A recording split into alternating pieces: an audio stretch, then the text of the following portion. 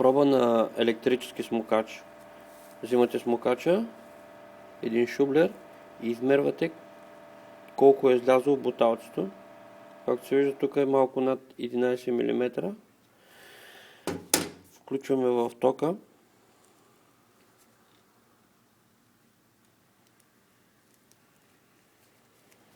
И изчакваме.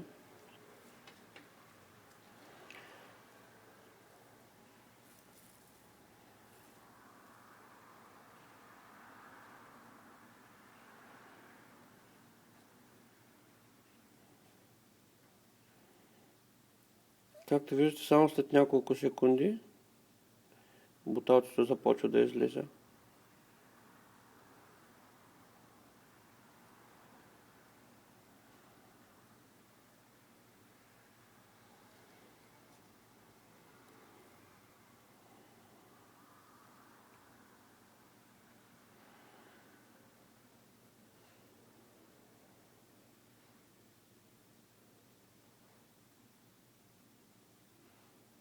Вече достигна 13 мм. И това е. Ако вашето буталце излиза, това означава, че вашият смукач работи.